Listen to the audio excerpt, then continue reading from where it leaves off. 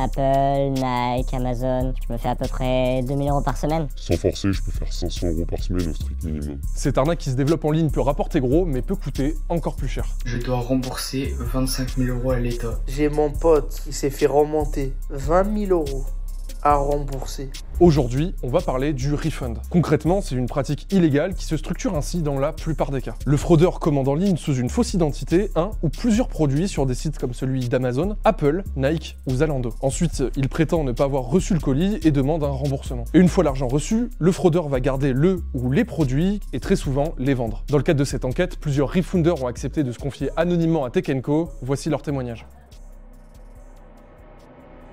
Moi je refonde des vêtements, déjà c'est plus pratique pour se faire rembourser et ça peut pas se faire détecter comme les iPhones.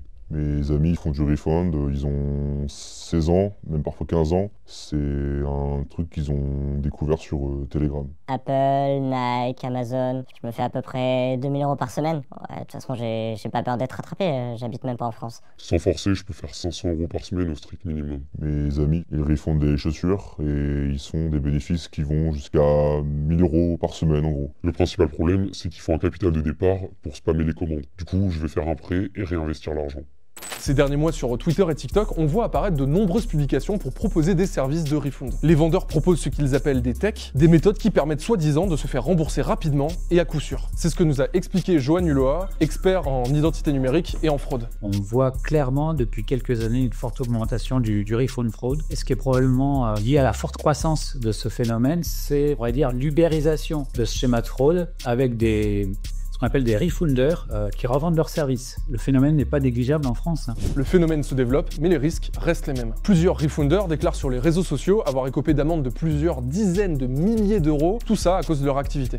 Les gars, mon ami doit 30 000 € à l'État. Ce matin, quand je me suis réveillé, ma mère m'a montré une lettre. Je vais devoir rembourser Amazon à hauteur de 10 000 € je crois et Nike à hauteur de 15 000 €. Alors pour vérifier ces déclarations, on a interrogé maître Antoine Chéron, qui est avocat spécialisé dans la propriété intellectuelle et numérique. Concernant le refund, les infractions sont l'abus de confiance ou l'escroquerie qui sont punies jusqu'à 5 ans d'emprisonnement et 375 000 € d'amende. On peut avoir aussi poursuites liées à la promotion de fraude ou à l'incitation à la commission d'infractions. C'est pas une fierté, après arnaquer les entreprises, c'est pas comme arnaquer les particuliers. À 90% du temps, les gens du milieu sont des gens intelligents, qui viennent de milieux défavorisés et qui ont dû trouver un moyen de se faire un peu d'argent sans prendre de risques, sans faire comme les vendeurs de drogue quoi. Enfin, le refunding, c'est un problème pour les plateformes. Fin 2023, aux États-Unis, Amazon poursuivait en justice un réseau international de fraude au remboursement, une attaque directe au stratagème du refund. Mais qu'en est-il d'Amazon France? Alors pour l'instant, pas d'action en justice à grande échelle, et interrogé par Tech & Co, Amazon France s'est contenté de déclarer que la plateforme lutte contre toutes les formes de fraude et d'abus.